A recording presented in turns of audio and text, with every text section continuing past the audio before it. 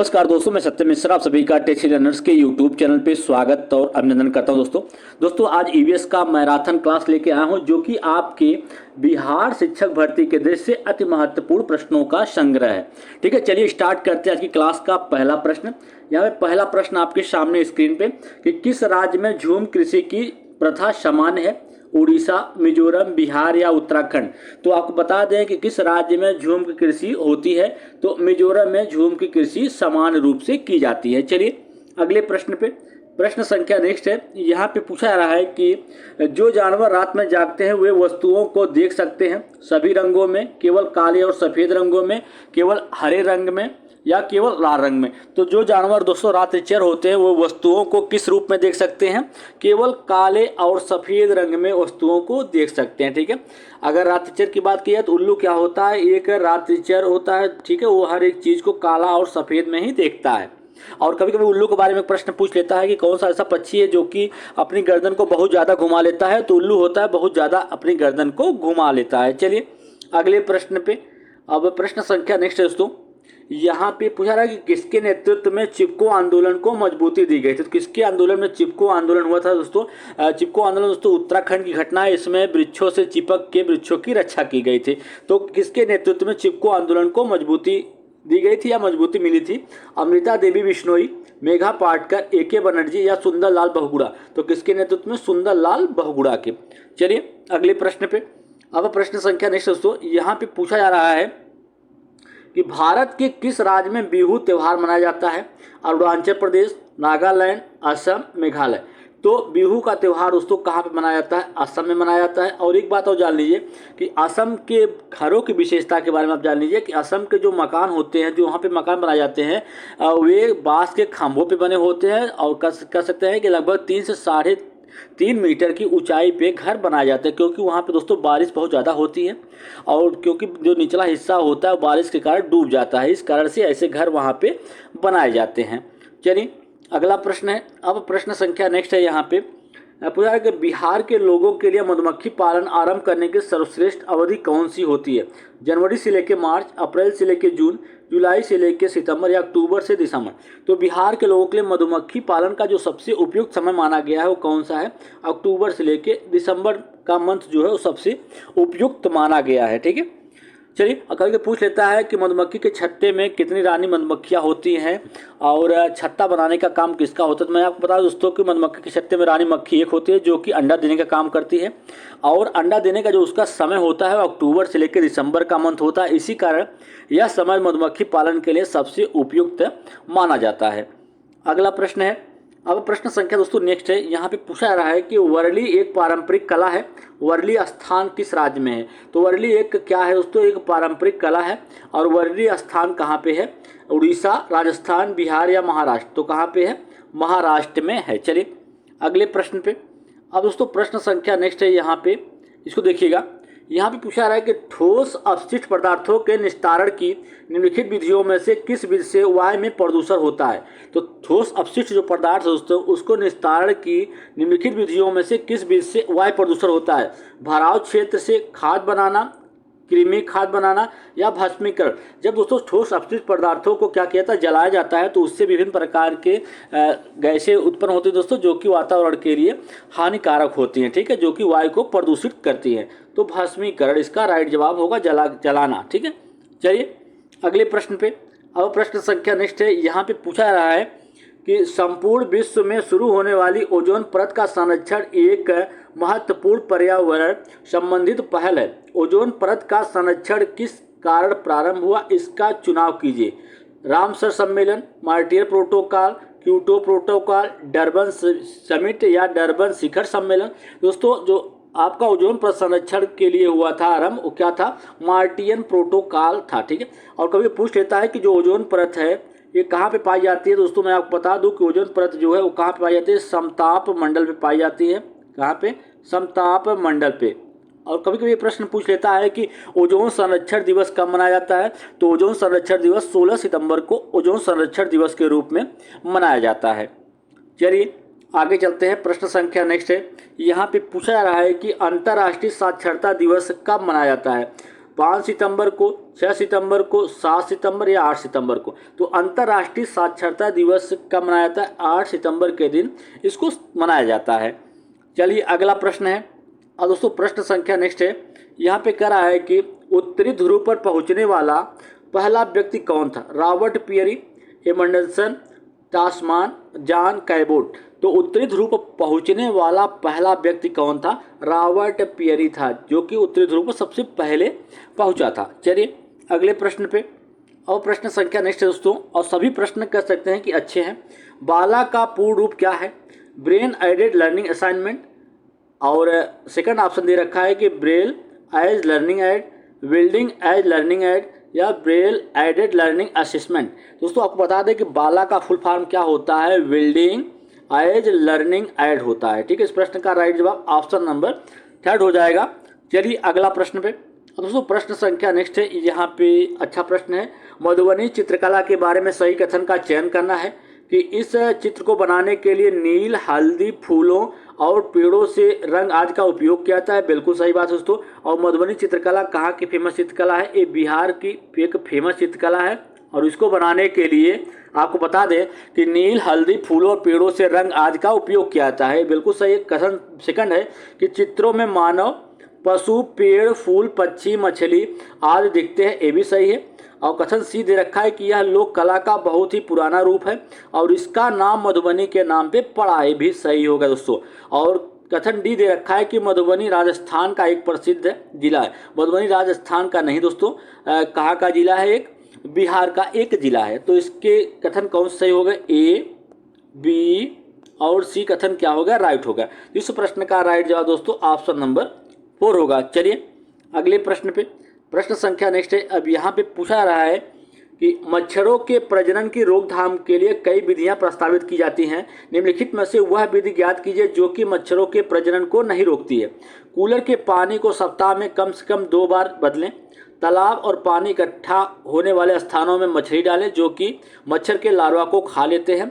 मच्छरदानी का प्रयोग करें। यदि किसी स्थान पर पानी इकट्ठा होता है तो तेल का छिड़काव करें। तो इसमें से मच्छर के प्रजनन के रोकथाम के लिए क्या नहीं है? ठीक है, क्या नहीं? मच्छरदानी प्रयोग दोस्तों, ये मच्छर प्रजनन के लिए नहीं होता बल्कि मच्छर से अपने आप को बचाव के लिए होता है। चलिए अगले प्रश्न पे। प्रश्न संख्या नेक्स्ट है। यहाँ पे पूछा रहा है कि सलाद के विषय में निम्नलिखित में से कौन सा कथन सही है? सलाद भालू जिसे दिखते हैं और दिन के लगभग 22 घंटे वृक्ष की शाखा पर उल्टे सिर लटका कर सोते हैं। सलाद चिंपैंजी जैसे दिखते हैं और दिन के लगभग 17 घंटे पेड़ से उल्टे लटक कर सोते हैं। सलाद चिंपैंजी जैसे दिखते हैं और दिन के लगभग 22 घंटे वृक्ष की शाखा से उल्टे लटक कर सोते हैं। सलाद भालू से दिखते हैं और दिन के लगभग 17 घंटे वृक्ष की शाखा से उल्टे। दोस्तों आपको बता दें कि सलाद क्या होता है कि एक जानवर होता है जो कि भालू के जैसा दिखाई था और उसके छोटा भालू जैसा होता है और उसके शरीर पे बाल होते हैं। और ये लगभग आपको बता दें कि ये 17 घंटे की निद्रा लेता है पेड़ से उल्टा लटक के। तो इस प्रश्न का राइट जवाब दोस्तों क्या हो जाएगा? यहाँ पे दिया गया ऑप्शन नंबर 1 में 22 घंटे सोता है, गलत हो गया। सलाद जो है चिंपैंजी जैसा दिखाई देता है, बिल्कुल गलत। सलाद, ये 2 ऑप्शन दोस्तों, एक चीज़ दे रखा है कि सलाद जो है चिंपैंजी जैसा दिखाई देता है लेकिन सलाद जो है वो भालू जैसा होता है और लगभग 17 घंटे सोता है। तो इस प्रश्न का राइट जवाब ऑप्शन नंबर 4 है। अगला प्रश्न है। अब यहाँ पे दोस्तों पूछ रहा है कि मृत सागर क्या है? एक समुद्र जिसका जल विषैला है। एक सागर जिसका जल क्या दोस्तों? विषैला है। एक समुद्र जो सभी महासागरों और समुद्रों में सबसे अधिक खारा है। एक समुद्र जिसमें उच्च और निम्न ज्वार बहुत बार आते हैं। एक समुद्र जिसमें जहाज़ों का चलना खतरनाक है। तो मृत सागर क्या होते हैं? ऐसे समुद्र जो कि सभी महासागरों और समुद्रों से सबसे ज़्यादा खारे होते हैं। चलिए अगले प्रश्न पे। प्रश्न संख्या नेक्स्ट दोस्तों, यहाँ पे पूछा जा रहा है कि महिलाएं पुरुषों की तुलना में कमजोर है। यह एक है मिथक है, वैज्ञानिक तथ्य है, रूढ़बद्ध धारणा है या अंधविश्वास है? तो महिलाएं की जब तुलना दोस्तों पुरुषों से की जाए और कहा जाए महिलाएं कमजोर हैं पुरुषों से, महिलाएं पीछे हैं पुरुषों से, जब जहाँ पे दोस्तों ऐसा किया जाए, लिंग भेदभाव दिखाई जाए, तो वहाँ पे क्या होता है? रूढ़बद्धता धारणा होती है। ठीक है, इस प्रश्न का राइट जवाब ऑप्शन नंबर 3 है। चलिए आगे चलते हैं। प्रश्न संख्या नेक्स्ट है। अब यहाँ पे पूछा जा रहा है कि खेजड़ी वृक्ष के बारे में सही कथनों का चयन कीजिए। यह वृक्ष मुख्य रूप से मरुस्थलीय क्षेत्रों में पाया जाता है। बिल्कुल सही बात है दोस्तों। जो खेजड़ी वृक्ष है वो कहाँ पे पाया जाता है? मरुस्थलीय क्षेत्रों में पाया जाता है। और सेकंड दे रखा है कथन कि यह ज़्यादा जल के बिना भी बढ़ता है, इसके लिए बहुत ज़्यादा जल की जरूरत नहीं पड़ती है, और ये भी दोस्तों राइट जवाब है। अब कथन सी है कि यह एक छायादार वृक्ष है और बच्चे इसकी शाखा में या छाया में खेलना पसंद करते हैं, तो ये भी सही हो गया दोस्तों। और कथन डी जो रखा है कि यह अपने तनों में जल जमा करता है, बिल्कुल गलत दोस्तों। इसके तने में कोई भी जल जमा नहीं होते, जबकि जल जमा करने वाला जो पौधा होता है क्या होता है? रेगिस्तान ओके होता है। तो इस प्रश्न का राइट जवाब दोस्तों आपको बताना है कि सही कथनों का चयन करना है। तो कथन कौन से सही है? ए, बी और सी कथन क्या है? राइट है। इस हिसाब से इसका राइट जवाब ऑप्शन नंबर 1 है। चलिए अगले प्रश्न पे। अब दोस्तों यहाँ पे पूछा जा रहा है कि कपकपी कोई व्यक्ति है, उसको कपकपी के साथ तेज बुखार जिसका इलाज चिकोना पेड़ की छाल से किया जा सकता है, वह क्या है? आंत ज्वर है, मलेरिया है, चिकन गुनिया है दोस्तों, या डेंगू है। तो कपकपी के साथ तेज बुखार जिसका उपचार चिकोना पेड़ की छाल से किया जाता है दोस्तों, क्या है? मलेरिया है दोस्तों। कभी कभी पूछ लेता है कि वह कौन सी बीमारी है या मलेरिया रोग का इलाज किससे किया जाता है और जिसमें कपकपी के साथ तेज बुखार आता है, तो चिकोना पेड़ जो होता है उसकी छाल से इसका उपचार किया जाता है। अगला प्रश्न है और प्रश्न संख्या नेक्स्ट दोस्तों, यहाँ पे पूछा रहा है कि मानव पोषण के संदर्भ में स्वांगीकरण का अर्थ क्या है? स्वांगीकरण का अर्थ क्या है? बचा हुआ भोजन का क्षुद्रांत की भित्ति में अवशोषित होना एवं रुधिर वाहिकों में प्रवेश करना, अवशोषित पदार्थों का शरीर के विभिन्न भागों में स्थानांतरित होना, बचा हुआ पदार्थ शरीर में जटिल पदार्थों को बनाने में उपयोग होना, भोजन का वह भाग जिसका पाचन नहीं हो पाता, अवशोषित नहीं हो पाता और वृद्धांत में फेंक दिया जाता है। तो मानव पोषण के संदर्भ में स्वांगीकरण अवशोषित पदार्थों का शरीर के विभिन्न भागों में स्थानांतरण होना। चलिए अगले प्रश्न पे। अब प्रश्न संख्या दोस्तों नेक्स्ट है। यहाँ पे कह रहा है कि हाथियों के झुंड के बारे में सही कथनों का चयन के। दोस्तों सभी प्रश्न आपके बिहार शिक्षक भर्ती के लिए बहुत ही ज़्यादा महत्वपूर्ण है, ठीक है। हाथियों के झुंड के बारे में सही कथनों का चयन कीजिए। कथन 1 है कि हाथी के झुंड में मुख्यतः 14 से 15 वर्ष तक की मादा और बच्चे हाथी होते हैं। कथन बी दे रखा है कि हाथी के झुंड में एक विशेष परिवार के सदस्य होते हैं। कथन सी है कि सबसे बुजुर्ग मादा झुंड की नेता होती है। कथन डी है कि हाथी का झुंड कितना भी संख्या में मादा हाथी और बच्चों को समायोजित कर सकता है। दोस्तों आपको बता दें कि हाथियों का जो झुंड होता है उसमें 10 से 12 हाथी होते हैं, जिसमें आपको बता दें कि नर के बच्चे होते हैं और मादा हाथी होती है, और सबसे बुजुर्ग जो मादा हाथी होती है पूरे झुंड का वही नेतृत्व करती है। तो इस प्रश्न का जो राइट जवाब होगा कि हाथी के झुंड में मुख्यतः क्या होते हैं? मुख्यतः 14 से 15 वर्ष तक की मादा हाथी और बच्चे शामिल होते हैं, और सबसे बुजुर्ग मादा हाथी जो होती है पूरे झुंड का नेतृत्व करती है। तो इस प्रश्न का राइट जवाब दोस्तों क्या हो जाएगा? ऑप्शन नंबर फर्स्ट, क्योंकि कथन ए और कथन इसके दोस्तों कौन सही है आपको बता दें कि इसका कथन जो है ए सही है और सी सही है। तो इस प्रश्न का राइट जवाब क्या होगा? ऑप्शन नंबर सेकंड हो जाएगा। चलिए अगले प्रश्न पे। प्रश्न संख्या नेक्स्ट है। यहाँ पे पूछा जा रहा है कि जब कोई व्यक्ति ट्रेन से अहमदाबाद से केरल की यात्रा कर रहा होता है तब उसे कई सुरंगों देखने के लिए मिलती हैं। ये सुरंगें किन पहाड़ियों में स्थित हैं? अरावली की, पश्चिमी घाट, पूर्वी घाट या विंध्याचल? जब कोई व्यक्ति ट्रेन से अहमदाबाद से केरल की यात्रा कर रहा होता है तब उसे कई सुरंगें देखने के लिए मिलती हैं। ये सुरंगें किस पहाड़ियों में हैं? पश्चिमी घाट में स्थित हैं। अगला प्रश्न है। अब प्रश्न संख्या नेक्स्ट दोस्तों, यहाँ पे पूछा रहा है कि वह स्थान जो कि दीर्घ काल से बाढ़ से प्रभावित होता है स्थानीय लोगों में का कारण होता है। ऐसा स्थान या ऐसा क्षेत्र दोस्तों जो कि बहुत लंबे समय तक उसमें बाढ़ आ जाता है तो काफ़ी समय तक वो प्रभावित रहता है, तो स्थानीय लोगों में इसका कारण होता है विस्थापन का कारण बन जाता है। लोग उस स्थान को छोड़ के काफ़ी समय के लिए कहीं और चले जाते हैं, उसे क्या कहा जाता है? विस्थापन कहा जाता है। चलिए अगले प्रश्न पे। प्रश्न संख्या नेक्स्ट है। अब यहाँ पे पूछा जा रहा है कि 3 खाद्य पदार्थों का ऐसा समूह कौन सा है जिसमें प्रत्येक सदस्य में लौह तत्व जो है प्रचुर मात्रा में पाया जाता है? पहला ऑप्शन है पालक, गुड़, आंवला। सेकंड है पालक, आंवला, टमाटर। थर्ड है कि गुड़, बंद गोभी या आंवला। फोर्थ है कि पालक, प्याज, टमाटर। तो 3 खाद्य पदार्थों का ऐसा समूह जिसमें क्या है? लौह तत्व जो है प्रचुर मात्रा में पाए जाते हैं। तो क्या है? पालक है, गुड़ है और आंवला। इस प्रश्न का राइट जवाब ऑप्शन नंबर फर्स्ट हो जाएगा। चलिए अगले प्रश्न पे, अब प्रश्न संख्या दोस्तों नेक्स्ट है, यहाँ पे पूछा जा रहा है कि रेत के टीले कहाँ पाए जाते हैं? अफगानिस्तान या इंग्लैंड में, उज्बेकिस्तान या Bangladesh, Berlin Rajasthan, Abu Dhabi Afghanistan में। तो दोस्तों रेत के टीले कहाँ पाए जाते हैं? ये अबू धाबी अफगानिस्तान में पाए जाते हैं। इस प्रश्न का राइट जवाब ऑप्शन नंबर 4। चलिए अगले प्रश्न पे, अब प्रश्न संख्या दोस्तों नेक्स्ट है, यहाँ पे पूछा जा रहा है कि निम्नलिखित में से कौन से जानवर के सामने के दांत जीवन भर बढ़ते रहते हैं और दांतों को अधिक लंबा होने से रोकने हेतु उसे वस्तुओं को कुतरते रहना पड़ता है? गिलहरी, छिपकली, चूहा या दीमक? तो इस प्रश्न का राइट जवाब दोस्तों क्या हो जाएगा?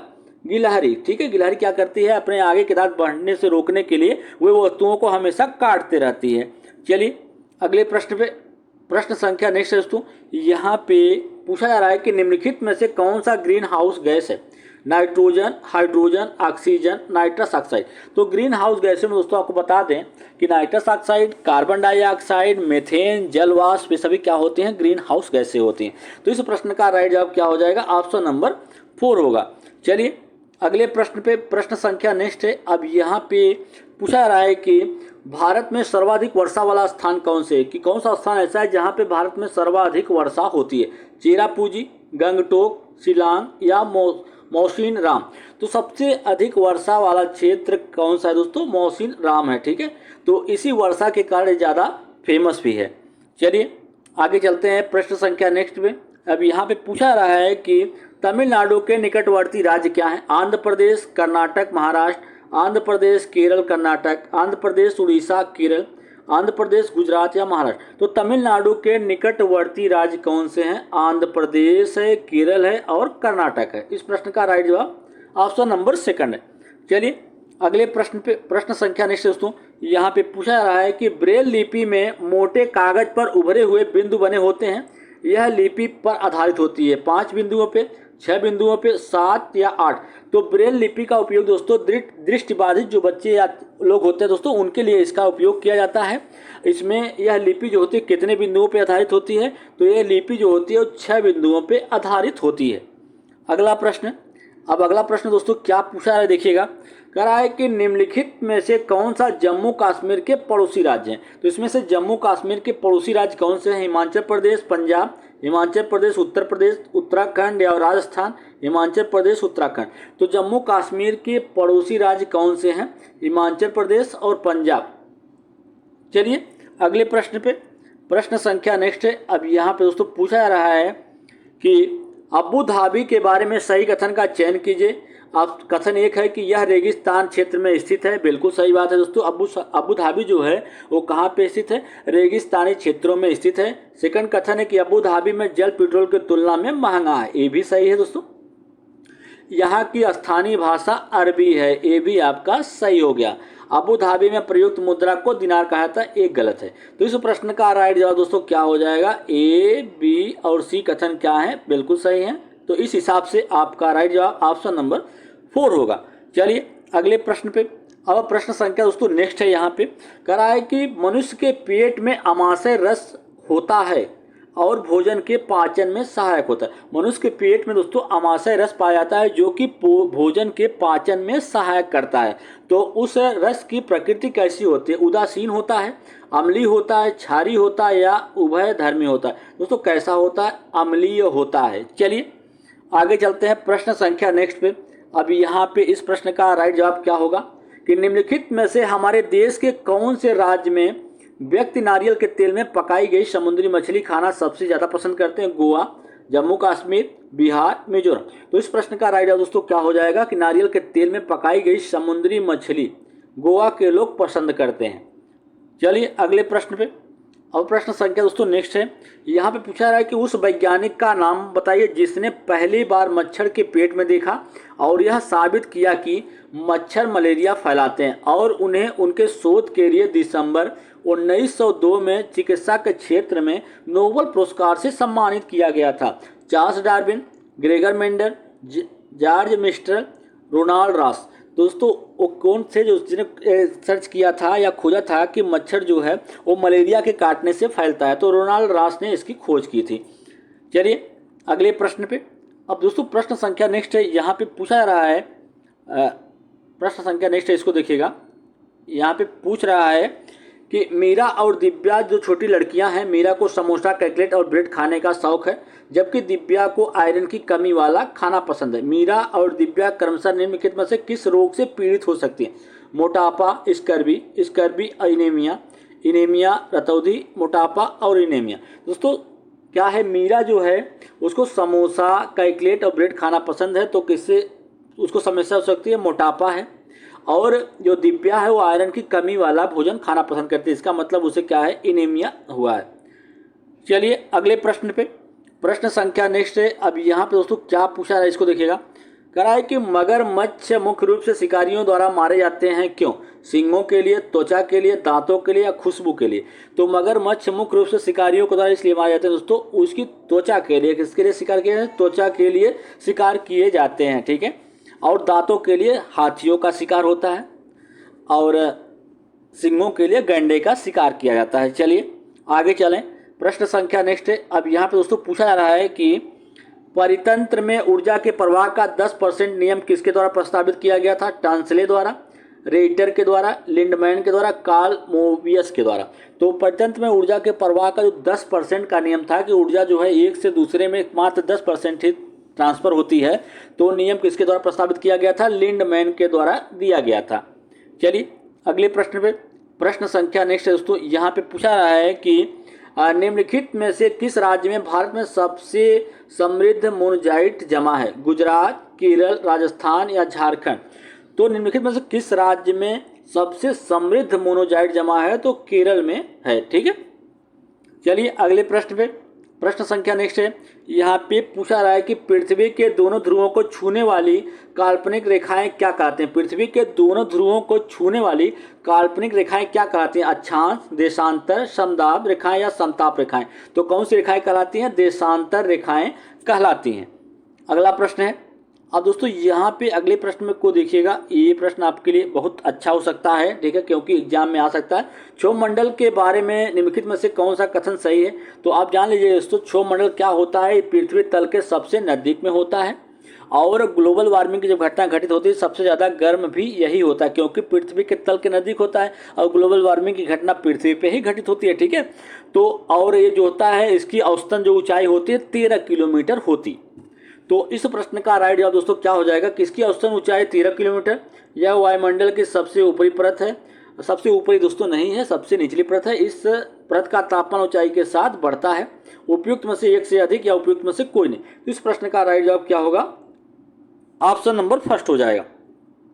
चलिए अगले प्रश्न पे, प्रश्न संख्या नेक्स्ट है। कराए के निम्नलिखित में नदियों में से कौन सी एक भ्रंश घाटी से होकर बहती है? निम्नलिखित में से कौन सी ऐसी नदी है जो कि भ्रंश घाटी से होकर बहती है? महानदी, कृष्णा, तुंगभद्र या तापी नदी? तो इस प्रश्न का दोस्तों राइट जवाब क्या हो जाएगा? तापी नदी जो है वो भ्रंश घाटी से होकर बहती है। तो इस प्रश्न का राइट जवाब ऑप्शन नंबर 4 है।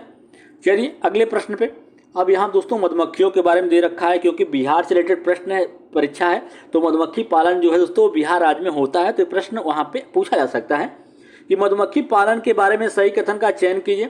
जनवरी से मार्च मधुमक्खी पालन शुरू करने का सबसे अच्छा समय होता है। बिल्कुल गलत। मधुमक्खी पालन का जो समय होता है अक्टूबर से लेकर दिसंबर मंथ तक का होता है, क्योंकि मधुमक्खी जो होती है इसी समय अंडे देने का काम करती हैं।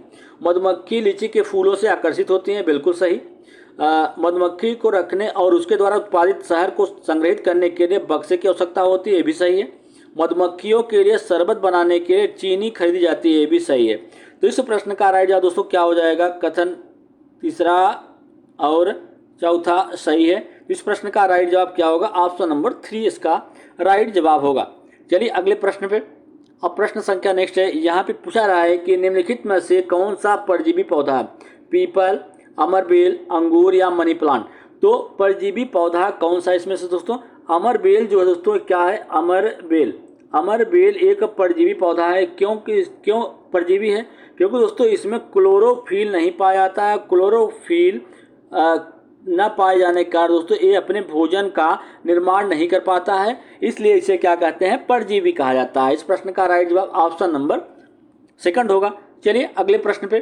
प्रश्न संख्या नेक्स्ट दोस्तों यहाँ पे पूछा रहा है कि विटामिन ऐसे पदार्थ हैं जो हमें स्वस्थ बनाने के लिए दवाओं के रूप में आवश्यक हैं, जो हमें मजबूत रखने के लिए मांसपेशियों का निर्माण करते हैं, कमी से होने वाले रोगों को रोकने के लिए कम मात्रा में आवश्यक होते हैं, जो हमारी चयापचय दर को बढ़ाते हैं, जिससे वजन कम होता है।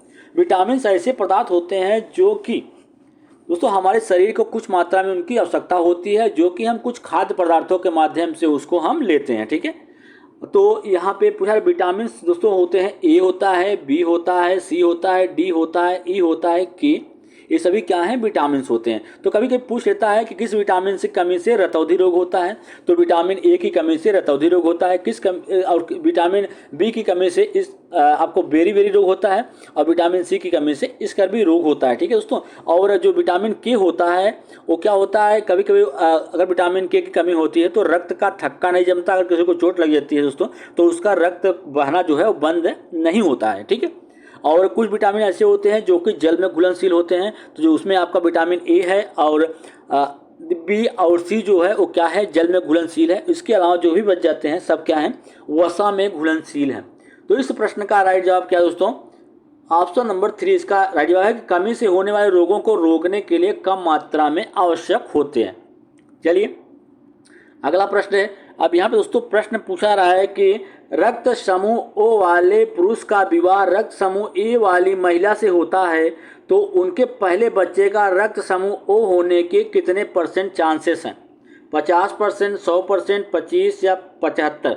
दोस्तों आपको बता दें कि इसका राइट जवाब क्या होगा, 50% चांस हैं कि जो बच्चा है उसका रक्त समूह ओ हो जाए। ठीक है, चलिए अगले प्रश्न पे, प्रश्न संख्या नेक्स्ट है। अब यहाँ पे पूछा रहा है कि बर्फ से बनाया गया घर क्या कहलाता है दोस्तों। जो एस्किमो शिकारी होते हैं दोस्तों, एस्किमो के वे क्या करते हैं, अपने घर का निर्माण जो है वो बर्फ से करते हैं। तो उस बर्फ के घर को क्या कहा जाता है, इग्लो कहते हैं, रैन बसेरा, हरित गृह या बसेरा, तो उसे क्या कहा जाता है, इग्लो कहा जाता है। ठीक है, चलिए अगले प्रश्न पे, प्रश्न संख्या नेक्स्ट है। यहाँ पे पूछा रहा है दोस्तों कि एक किसान अपने खेत में अधिक उर्वरक और कीटनाशकों का उपयोग करके बार बार धान की फसल उगा रहा है, इस क्रिया के कारण उसके खेत की मिट्टी हो जाएगी। दोस्तों कोई किसान है अपने खेत में विभिन्न प्रकार के खाद्य पदार्थों का उपयोग करके बार बार एक ही फसल का उपयोग उगा रहा है, तो उससे क्या हो जाएगा, उसकी जो खेत है दोस्तों वो अनुपजाऊ हो जाएगा, कहने का मतलब है बंजर हो जाएगा। तो इस प्रश्न का राइट जवाब दोस्तों क्या हो जाएगा, ऑप्शन नंबर 2। चलिए अगले प्रश्न पे, अब प्रश्न संख्या नेक्स्ट है दोस्तों। यहाँ पे पूछा रहा है कि बिना सिले पहने जाने वाले कपड़ों का समूह बताना है, साड़ी, कमीज, टोपी, पगड़ी, साड़ी, कुर्ता, टी शर्ट, लुंगी, टोपी, धोती, साड़ी, पगड़ी। तो इसमें से कौन सा ऐसा समूह है कपड़ों का जो कि बिना सिले पहना जाता है, उसमें धोती, साड़ी और पगड़ी। इस प्रश्न का राइट जवाब ऑप्शन नंबर 4 है। चलिए अगले प्रश्न पे, प्रश्न संख्या नेक्स्ट है दोस्तों। यहाँ पे पूछा रहा है कि गाँव में यह आमतौर पर देखा जाता है कि महिलाएं कैसे अनाज में से भूसी निकालती हैं, इस विधि को क्या कहा जाता है। गांव में महिलाओं के अनाज से भूसे निकालने की जो विधि है उसे क्या कहा जाता है, छानना कहते हैं, हस्तचयन या निस्तापन या थ्रेशिंग कहते हैं। दोस्तों उसे क्या कहा जाता है, निष्पावन कहा जाता है। इस प्रश्न का राइट जवाब ऑप्शन नंबर 4 होगा। और थ्रेशरिंग क्या होता है, भूसे को दानों से अलग करने की जो प्रक्रिया होती है वो थ्रेशरिंग कहलाती है। चलिए अगले प्रश्न पे, प्रश्न संख्या नेक्स्ट दोस्तों। यहाँ पे पूछा रहा है कि भारत के किस राज्य में काट एवं दाह कृषि को वेबर के नाम से जाना जाता है, आंध्र प्रदेश, झारखंड, मध्य प्रदेश या राजस्थान। तो कहाँ पे दोस्तों, भारत के किस राज्य में काट एवं दाह कृषि को वेबर के नाम से, तो मध्य प्रदेश में ऐसा होता है। चलिए आगे चलते हैं, प्रश्न संख्या नेक्स्ट है। या अभी यहाँ पे पूछा रहा है दोस्तों कि खेती का दिया गया विवरण पढ़ें और उसके प्रकार की पहचान की। एक फसल को काटने के बाद भूमि को कुछ वर्षों के लिए खाली छोड़ दिया जाता है, वहाँ कुछ भी नहीं उगाया जाता, बाँस एवं खरपतवार जो भी उगते हैं उसमें उनको बाहर नहीं निकाला जाता, बल्कि वहाँ पे उनको काट कर जला दिया जाता है। इसलिए इसको क्या कहते हैं दोस्तों, काट एवं दाह कृषि कहा जाता है। ठीक है, तो राख भूमि को उपजाऊ बनाती है। जब भूमि खेत के लिए तैयार हो जाती है तो उसे हल्के से जोता जाता है या हल्के से खोदा जाता है। ठीक है, तो इस पर बीज गिरा दिए जाते हैं। कौन सी खेती है, झूम की, चरण सिंचाई या सरकारी। तो ये झूम की कृषि है जो कि मिजोरम में की जाती है। ठीक है, चलिए अगले प्रश्न पे, प्रश्न संख्या नेक्स्ट है दोस्तों। अब चलिए आगे चलते हैं। इस प्रश्न का आइडिया देख लीजिए कि जब एक सापेरे अपने संगीत वाद्य यंत्र को बजाते हैं तो उसकी आवाज़ सुनकर सांप अपना सिर आगे पीछे घुमाता है, आपको कैसे लगता है कि सांप संगीत वाद्य यंत्र पर प्रतिक्रिया कर रहा है? यंत्र को सूंघने से, यंत्र द्वारा उत्पन्न ध्वनि को सुनकर, या यंत्र की गतिविधि को देखकर, यंत्र द्वारा उत्पन्न कंपन पर प्रतिक्रिया करके। तो क्या करता है दोस्तों, आपको ऐसे सांप संगीत वाद्य यंत्र पर प्रतिक्रिया करता है यंत्र द्वारा उत्पन्न कंपन पर प्रतिक्रिया दिखाकर। चलिए अगला प्रश्न है। अब यहाँ पे दोस्तों पूछा जा रहा है कि निम्नलिखित में से किसका संबंध भारत में हरित क्रांति से है? हरित जीएनपी की गणना, पर्यावरण संरक्षण, हरित गृह प्रभाव, या उच्च उत्पादकता किस्मों के बीज। तो हरित क्रांति से किसका संबंध दोस्तों? उच्च उत्पादकता के जो बीज होते हैं दोस्तों उससे संबंधित। और हरित क्रांति के जनक कौन है दोस्तों? स्वामी कृष्ण हैं। ठीक है, चलिए अगले प्रश्न पे। प्रश्न संख्या नेक्स्ट है। यहाँ पे पूछा रहा है कि एक परिवार एक इकाई है जिसमें माँ, पिता, उसके 2 बच्चे होते हैं। यह कथन कैसा है दोस्तों? तो आपको मैं बता दूं कि यह कथन गलत है, क्योंकि परिवार को एक ही प्रकार से डिफाइन करना या बताना वो बिल्कुल गलत होता है, क्योंकि परिवार को केवल एक ही प्रकार से वर्गीकृत नहीं किया सकता। परिवार जो होते हैं बहुत ही प्रकार के होते हैं। इस प्रश्न का राइट जवाब ऑप्शन नंबर फर्स्ट ही हो जाएगा। चलिए अगले प्रश्न पे। प्रश्न संख्या नेक्स्ट है। यहाँ पे कह रहा है कि किस दुधारू पशु को हरियाणा में काला सोना कहता है? नील गाय को, मुर्रा भैंस को, काले रंग की गाय को, या बकरी को? तो दुधारू पशु को हरियाणा में काला सोना कहते हैं मुर्रा भैंस को। चलिए अगला प्रश्न है। प्रश्न संख्या नेक्स्ट है। यहाँ पे पूछा जा रहा है दोस्तों कि विश्व पर्यावरण दिवस किस दिन मनाया जाता है? 1 दिसंबर, 5 मार्च, 22 मार्च, या 5 जून को? तो विश्व पर्यावरण दिवस जो है कब मनाया जाता है? वो 5 जून को विश्व पर्यावरण दिवस के रूप में मनाया जाता है। चलिए अगला प्रश्न है। अब यहाँ पे दोस्तों बताया जा रहा है कि माउंट एवरेस्ट के बारे में सही कथन का चयन कीजिए। यह जम्मू कश्मीर का हिस्सा है और इसकी चोटी की ऊंचाई 8900 मीटर है। यह नेपाल का हिस्सा है और इसकी चोटी की ऊंचाई जो है 8900 मीटर है। यह भारत का हिस्सा है और इसकी चोटी की ऊंचाई जो है 9850 मीटर है। यह तिब्बत का हिस्सा है और इसकी चोटी की ऊंचाई 9850।